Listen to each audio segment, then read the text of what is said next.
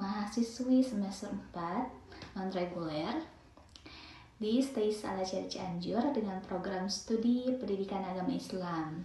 Pada kesempatan kali ini, saya akan membawakan video pembelajaran, di mana video ini sebagai tugas akhir mata kuliah metodologi PAI.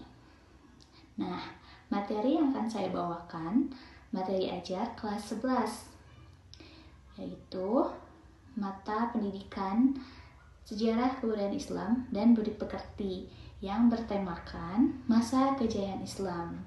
Yuk kita simak, check it out. Oke, yang pertama, periodisasi sejarah Islam. Harun Nasution dalam bukunya yang berjudul Islam Ditinjau dari Berbagai Aspeknya membagi sejarah Islam ke dalam 3 periode besar, yaitu yang pertama, periode klasik. Nah, periode klasik terjadi pada tahun 650 Masehi sampai 1250.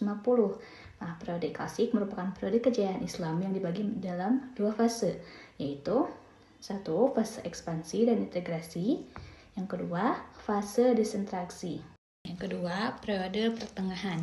Periode pertengahan merupakan periode kemunduran Islam yang dibagi ke dalam 2 fase, yaitu fase kemunduran yang terjadi pada tahun 1250 Masehi sampai 1500 Masehi.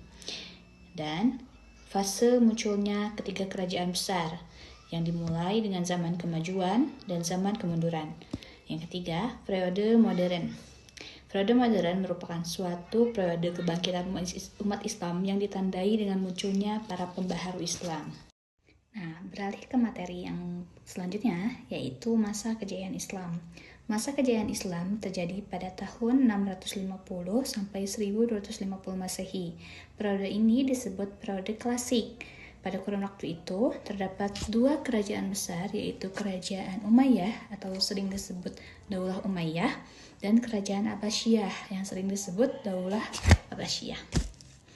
Pada masa Bani Umayyah, perkembangan Islam ditandai dengan meluasnya wilayah kekuasaan Islam dan berdirinya bangunan-bangunan sebagai pusat dakwah Islam. Kemajuan Islam pada masa ini meliputi bidang politik, keagamaan, ekonomi, ilmu bangunan atau arsitektur, sosial, dan bidang militer. Perkembangan Islam pada masa Bani Abbasiyah ditandai dengan pesatnya perkembangan ilmu pengetahuan.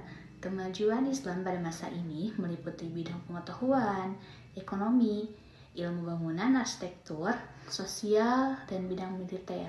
Kemajuan umat Islam pada masa Bani Umayyah dan Bani Abbasiyah tidak terjadi secara tiba-tiba, akan tetapi disebabkan oleh faktor internal dan faktor eksternal.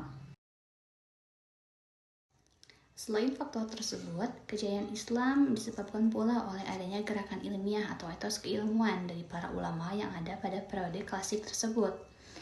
Antara lain, melaksanakan ajaran Al-Quran secara maksimal. Al-Quran di dalamnya banyak ayat menyuruh kita menggunakan akal untuk berpikir, melaksanakan isi hadis. Banyak hadis yang menyuruh kita untuk terus-menerus menuntut ilmu, meskipun harus ke negeri Cina. Bukan hanya ilmu agama yang dicari, tetapi ilmu-ilmu lain yang berhubungan dengan kehidupan manusia di dunia ini. Nah, dari gerakan-gerakan tersebut, muncullah tokoh-tokoh Islam yang memiliki semangat berjihad dan mengembangkan berbagai ilmu pengetahuan.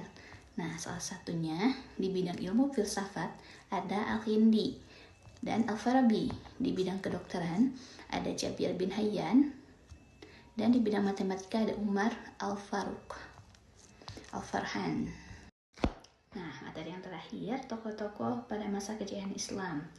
Setelah kita mengetahui beberapa tokoh yang telah disebutkan tadi, sekarang kita sedikit paparkan tokoh-tokoh Islam. Yang pertama ada Ibnu Rushdi. Nama lengkapnya Abu Al-Walid Muhammad Ibnu Rushd.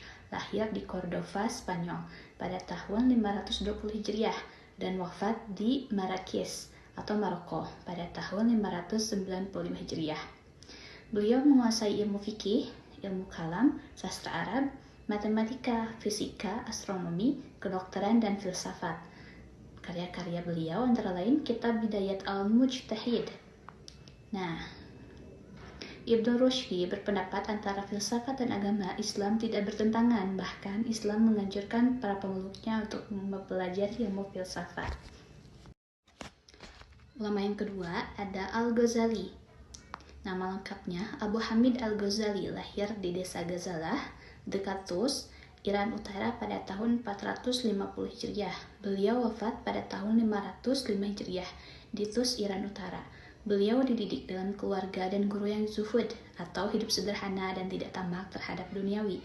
Beliau belajar di Madrasah Imam Al-Juwaini. Setelah beliau menderita sakit, beliau beruzlah atau mengasingkan diri dari khalayak ramai dengan niat beribadah mendekatkan diri kepada Allah. Beliau pun kemudian menjalani kehidupan tasawuf selama 10 tahun di Damaskus, Yerusalem, Mekah, Madinah, dan Tus. Adapun jasa-jasa beliau terhadap Islam antara lain sebagai berikut.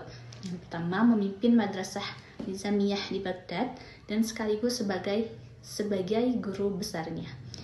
Yang kedua, mendirikan madrasah untuk para calon ahli fikih di Tus. Yang ketiga, menulis berbagai macam buku yang jumlahnya mencapai 288 buah mengenai tasawuf, teologi, filsafat, logika, dan fikih. Di antara bukunya yang terkenal yaitu Ihya Ulum Ad-Din, membahas masalah-masalah ilmu akidah, ibadah, akhlak, dan tasawuf berdasarkan Al-Quran dan hadis. Dalam bidang filsafat, beliau menulis Al-Tahafu, tidak konsistennya para filsuf. Al-Ghazali merupakan ulama yang sangat berpengaruh di dunia Islam, sehingga mendapat gelar Hujjatul Islam atau bukti kebenaran Islam. Nah, yang ketiga ada Al-Kindi. Nama lengkapnya Yakub bin Ishaq Al-Kindi. Lahir di Kufah pada tahun 805 Masehi dan wafat di Baghdad pada tahun 873 Masehi. Nah, yang keempat ada Al-Farabi. Nama lengkapnya Abu Nasr Muhammad Ibnu Tarkan Ibnu Uzlag Al-Farabi. Beliau lahir di Farabi, Traksosania pada tahun 872 Masehi dan wafat di Damsyik pada tahun 950 Masehi. Beliau keturunan Turki. Al-Farabi menekuni berbagai bidang ilmu pengetahuan antara lain logika, musik, kemiliteran, metafisika, ilmu alam, teologi, dan astronomi. Di antara karya ilmiahnya yang terkenal berjudul Arwayu Ahlul Al-Madinah wa Al-Fadilah. Nah, semua materi telah disampaikan. Sekian pemaparan materi dan video kali ini. Bye-bye. Assalamualaikum warahmatullahi wabarakatuh.